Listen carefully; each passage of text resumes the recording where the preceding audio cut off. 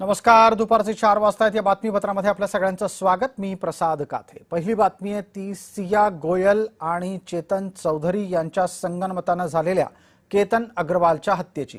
केतन अग्रवालच्या हत्या प्रकरणामध्ये एक नवा तपशील असा समोर येतो आहे की स्वतःला वाचवण्यासाठी आरोपी सिया हिच्याकडून वेगवेगळी कारणं दिली जात आहेत.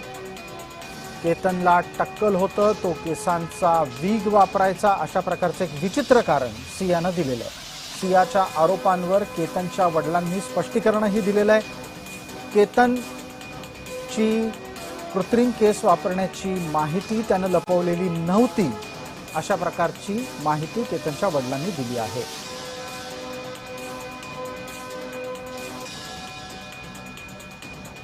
केतनला एक वीकचा पॅच होता, पण हे लग्न ठरवायच्या अगोदरच त्याला सांगितलेलं होतं.